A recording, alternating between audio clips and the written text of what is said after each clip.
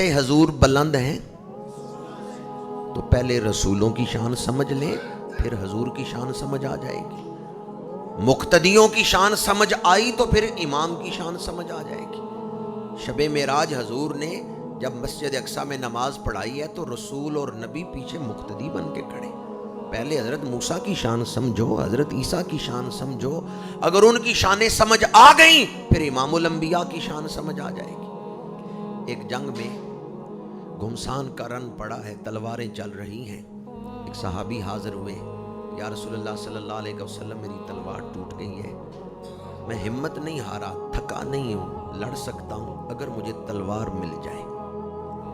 میرے آقا کریم نے درخت سے شاخ توڑی ہے، میدان میں تلواریں چل رہی ہیں، لوہے کی تلواروں سے لوگ لڑ رہے ہیں، صحابی تلوار مانگنے آئے ہیں، میرے آقا کریم درخت سے لکڑی کی شاخ توڑ رہے ہیں، درخت سے توڑی ہے تو لکڑی کی شاخ ہے، صحابی کو پکڑائی ہے تو لوہے کی تلوار بن گئی۔ بعض لوگ حیران ہو گئے، انہوں نے کہا جنس کیسے بدل گئی؟ بعض نے تو سبحان اللہ کہہ دیا، بعض سوچ میں پڑ گئے، لکڑی لوہا بن گئی، جنس بدل گئی۔ تو اس لیے میں نے کہا تھا پہلے حضرت موسیٰ کی شان سمجھو، پھر حضور کی شانیں سمجھ آئیں گی۔ فرعون کے دربار میں جادوگروں کے مقابلے میں کھڑے ہیں، دستے پیغمبر میں لکڑی کا عصا ہے، حضرت موسیٰ علیہ السلام کے ہاتھ میں لکڑی کا ڈنڈا ہے، پر زمین پہ رکھا ہے تو دوڑتا ہوا سانپ بن گیا ہے۔ لکڑی کا ڈنڈا دوڑتا ہوا سانپ بن گیا، جنس نہیں بدل گئی۔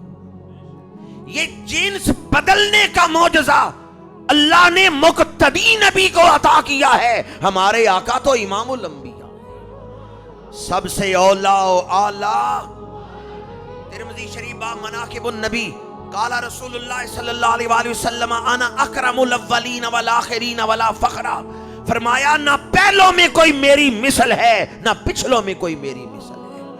شمائل ترمذی میں حضور حیدر کرار سے روایت ہے، ان علی بن ابی طالب یقول نائتہ لمر قبلہ ولا بعدہ مثلا، شیر خدا فرماتے ہیں جو بھی حضور کی نعت پڑھنے کھڑا ہوگا اسے یہ کہنا پڑے گا لمر قبلہ ولا بعدہ مثلا، نہ پہلوں میں کوئی حضور کی مثل ہے نہ پچھلوں میں کوئی حضور کی مثل ہے۔ اسی کا ترجمہ کیا ہے گولڑے کے تاجدار نے، کوئی مثل نہیں ڈھونڈا، چپ کر مہر علی ایتھے۔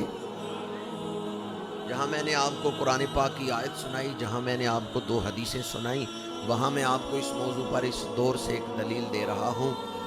ہالینڈ کی ایک سیاسی جماعت ہے PVV، اینٹی اسلام ہے، ان کا سینئر رکن تھا وین ورڈر، اسلام کے خلاف ریسرچ کر رہا تھا، اسلام کے خلاف ریسرچ کرتے ہوئے اس نے اسلام قبول کر لیا، نام رکھا محمد حمزہ۔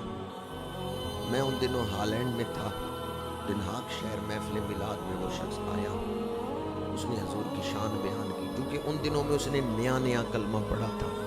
کچھ ٹی وی اینکر آگے اسے انٹرویو کرنے، وہ PVV کا سینئر رکن تھا، وہاں کی سیاسی جماعت کا ستون تھا۔ اگر یہ بات آپ خود پڑھنا چاہیں جو میں بیان کر رہا ہوں تو نیٹ پہ صرف اتنا لکھیں فرام وین ورڈر ٹو محمد حمزہ، تو یہ بات آپ خود پڑھ بھی سکتے ہیں۔ محفل میلاد میں جب اس نے حضور کی شان بیان کی، کچھ ٹی وی اینکر آگے اس سے انٹرویو کرنے، ایک ٹی وی اینکر نے کہا لگتا ہے مسلمانوں نے تجھے ورغلا لیا ہے، تو ان کی باتوں میں آ گیا ہے، تو نے اپنا سیاسی کیریئر ختم کر دیا ہے، تو نے اسلام قبول کر لیا ہے۔ جب اس سوال کرنے والے نے کہا نا لگتا ہے مسلمانوں نے تجھے ورغلا لیا ہے، تو فوراً اس نے جواب دیا، اس نو مسلم نے، کہتے I am not that person who follows others' opinions without his research۔ میں کوئی بچہ نہیں کہ جو چاہے میرا ہاتھ پکڑ کے لے جائے، میں نے خود ریسرچ کی، تحقیق کی، میں نے فیصلہ کیا تھا کہ میں سچائی تک پہنچوں گا، حقیقت تک پہنچوں گا، تعصب کو راستے کی رکاوٹ نہیں بننے دوں گا، عالمی عدالت انصاف کا جو میرٹ ہے میں اس میرٹ پہ تحقیق کروں گا۔